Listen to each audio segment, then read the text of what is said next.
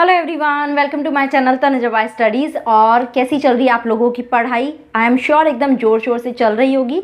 और इसी के साथ एक टॉपिक को भी और हम अच्छे से क्लियर कर लेते हैं और कॉन्सेप्ट उसका एकदम स्ट्रॉन्ग कर लेते हैं। हम बात कर रहे हैं chapter 10 of class 12, that is microbes in human welfare. और उसमें अब हम थर्ड रूल आ गए माइक्रोब्स के ऊपर, that is microbes in sewage treatment. हमें मालूम है कि नाउ डेज मतलब हमारी जितनी भी पॉपुलेशन है, every morning they release so much of faecal matter, यानी कि इतना लार्ज अमाउंट में जो सीवेज है वो रिलीज किया जाता है। सीवेज इज व्हाट, जिसमें फीकल मैटर होता है, ठीक है, उस वाटर में फीकल मैटर।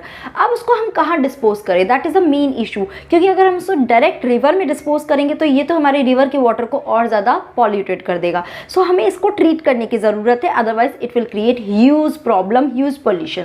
कैसे ट्रीट किया जाता है? देखो, अब एक चीज़ ध्यान रखना, जब भी सीवेज रिलीज किया जाता है, सीवेज के अंदर क्या होता है, लार्ज अमाउंट ऑफ, क्या होता है, सीवेज में large amount of organic matter होता है। अब ये याद रखना, क्या होता है, ऑर्गेनिक मैटर। एंड जितना ज़्यादा ऑर्गेनिक मैटर होगा उतना ही ज़्यादा ये वाटर कैसा है, इट इज़ पॉल्यूटेड। ये भी दिमाग में रखना। यानी कि वी वांट कि इस ऑर्गेनिक मैटर का लेवल कम हो ताकि ये हमारे लिए यूजफुल हो सके, ये वाटर पॉल्यूटेड ना रहे, ठीक है।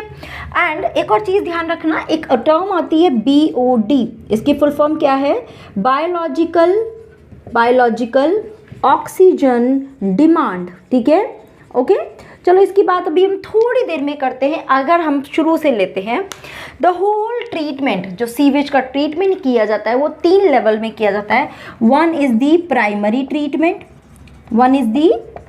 Treatment, then secondary treatment and the third one is the tertiary treatment. फिर क्या किया जाता है, टर्शरी ट्रीटमेंट। तो बात कर लेते हैं ये ट्रीटमेंट कैसे किए जाते हैं। देखो, प्राइमरी जो ट्रीटमेंट है उसमें 2 मतलब प्रोसीजर आता है। One is called the filtration and another is called the sedimentation. देखो अब क्या होता है, जो भी पानी आता है, एंड वी नो कि जो भी ये सीवेज वाटर है इसमें large number of plastic bottles हो सकती है, कितना भी डिस्पोज मटेरियल हो सकता है, पेपर पड़े हो सकते हैं, पॉलीथीन हो सकती है, मतलब बड़ा कुछ पार्टिकल इसमें हो सकता है। और इसके साथ ही इसमें सैंड, डर्ट, ग्रिट, मतलब पूरा कंकर पत्थर, ऐसी चीज़ें भी होंगी, राइट। तो सबसे पहले तो हम उस पानी का क्या करते हैं, उस सीवेज को फिल्टर करते हैं ताकि मोटा जो कचरा है ये सब सेपरेट हो जाए। फिल्टर करने के बाद अब हम उसको कहाँ भेजते हैं, send it to the primary settling tank, और इसको सेडिमेंटेशन टैंक भी बोलते हैं। यानी कि हम सेकंड प्रोसीजर के लिए जा रहे हैं, सेडिमेंटेशन के लिए।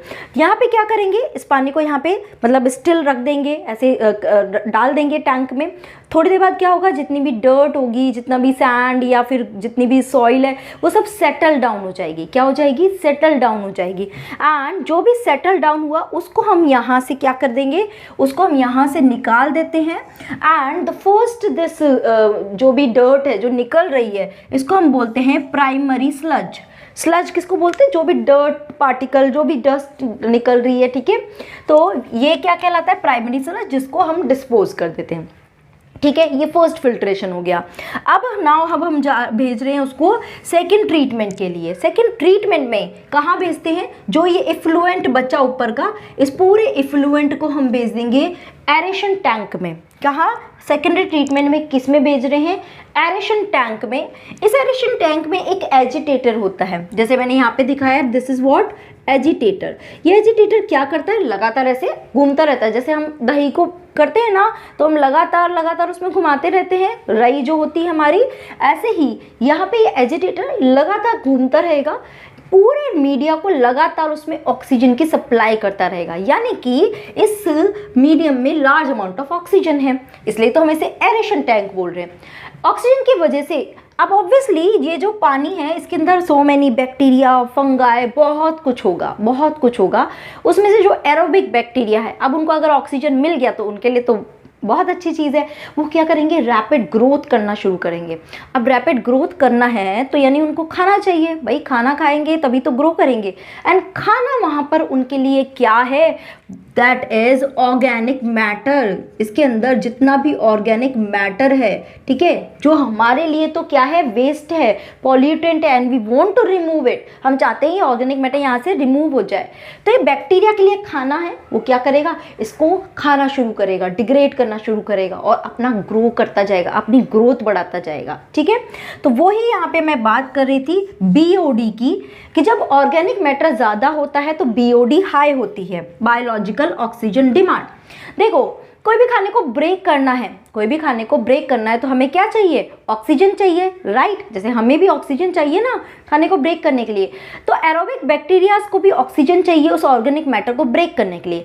यानी जितना ज़्यादा बीओडी है उतना ज़्यादा वाटर पॉल्यूटेड है, उतना ही ज़्यादा ऑक्सीजन की रिक्वायरमेंट है उसको ब्रेक करने के लिए।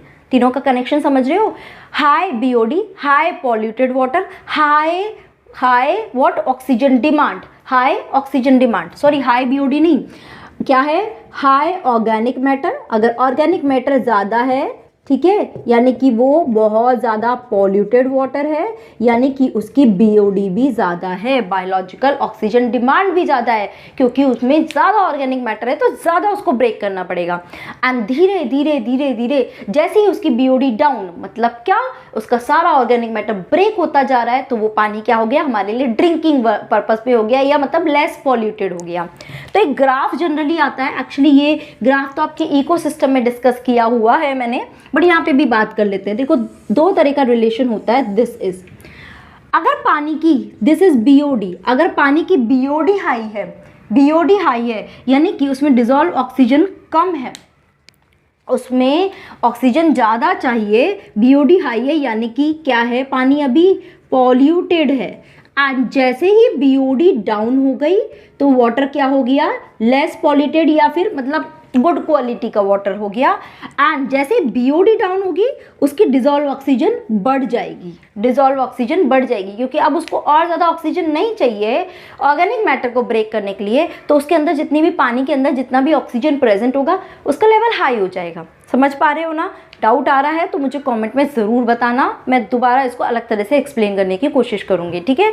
अब मुझे लगता है समझ में आया होगा, जितना ज़्यादा ऑर्गेनिक मैटर उतना ही ज़्यादा ऑक्सीजन की रिक्वायरमेंट, ज़्यादा ऑक्सीजन ले लेंगे तो पानी के अंदर ऑक्सीजन जो है, डिजॉल्व ऑक्सीजन जो प्रेजेंट होगी वो कम हो जाएगी, तो जितना ज़्यादा बीओडी उतना ही लेस डीओ, डिजॉल्व ऑक्सीजन उतना ही लेस डीओ, एंड जितना ज़्यादा बीओडी उतना ऑर्गेनिक मैटर ज़्यादा, उतना ही ज़्यादा उसमें ऑक्सीजन की रिक्वायरमेंट है। ऑक्सीजन सारा कंज्यूम कर लेंगे तो डीओ कम हो जाएगा।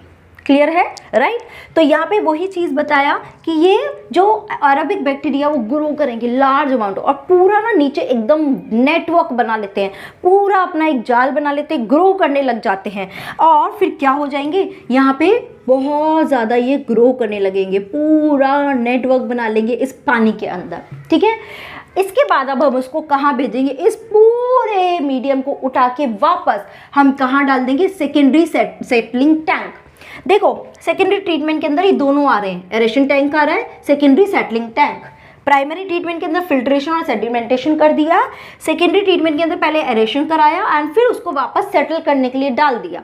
जब हम इसमें सेटल करने के लिए डालेंगे तो जितना भी ये बैक्टीरिया जो ये जाल बना के रख लेता है ना, पूरा ग्रो कर रहा है एरोबिक बैक्टीरिया, इसको हम बोलते हैं बैक्टीरियल फ्लॉक। फ्लॉक यानी पूरा जाल बना लिया, पूरा नेटवर्क बना लिया।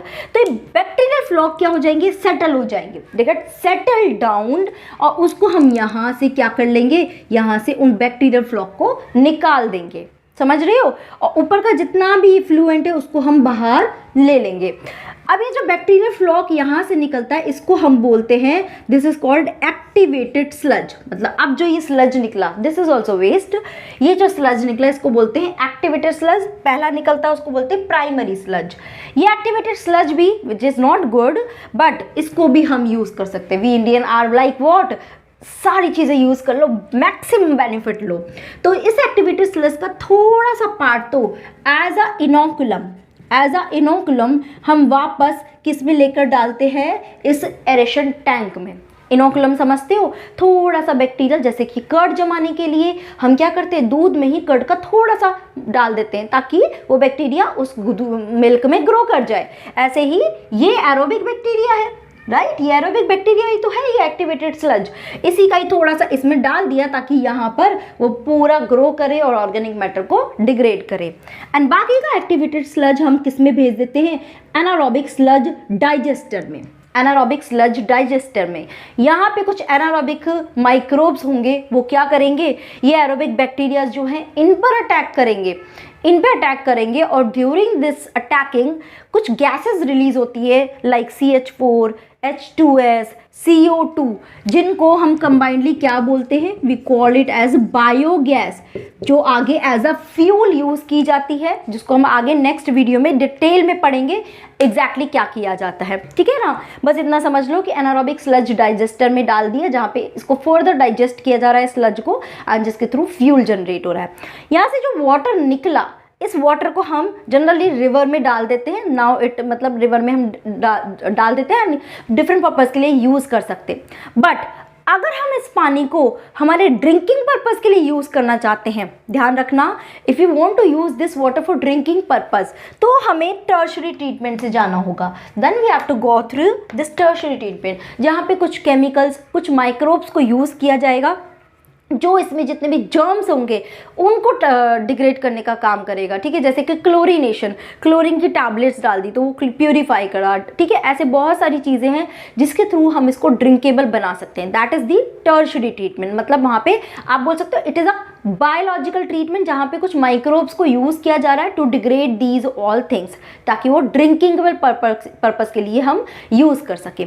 समझ में आया कैसे हो रहा है, 3 में हो रहा है, primary, secondary and tertiary. Basically तो प्राइमरी एंड सेकेंडरी को हम डिस्कस कर रहे हैं, you can take a screenshot as well. So मुझे लगता है ये सीवेज ट्रीटमेंट तो क्लियर हुआ होगा। नेक्स्ट वीडियो में हम सिर्फ इसकी बात करेंगे कि एनारोबिक स्लज डाइजेस्टर में कैसे उसको डाइजेस्ट करके बायोल गैस को प्रोड्यूस किया जाता है। Till then if you have any doubt please post your query in the comment box, और पढ़ते रहिए, जोर शोर से अपनी पढ़ाई करते रहिए और कॉन्सेप्ट्स को एकदम ऐसे मतलब ना पूरा स्ट्रॉन्ग बना के रखिए। ठीक है, so bye bye, take care and have a nice day, bye bye.